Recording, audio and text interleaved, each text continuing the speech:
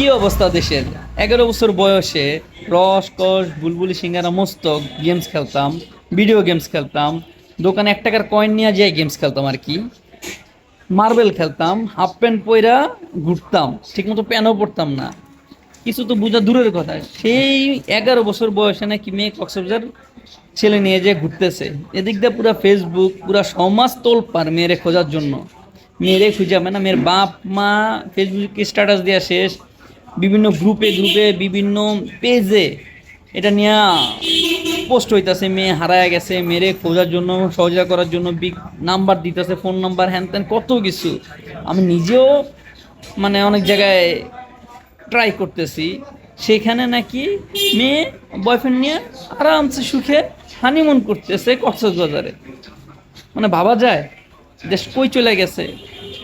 মেয়েও টিকটক করতো, ছেলেও টিকটক করতো, দুইজন মিলে বাস হানিমুনে চলে গেছে।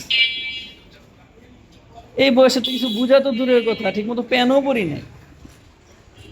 হ্যাঁ, তো এটা একটা মানে যে বাবা মা গার্জিয়ান আছেন তাদের জন্য একটা সতর্কবাণী হইতে পারে যে আপনাদের ছেলে মেয়েরা আসলে কি করে এই জিনিসটা দিকে একটু ফলো করেন, লক্ষ্য করেন।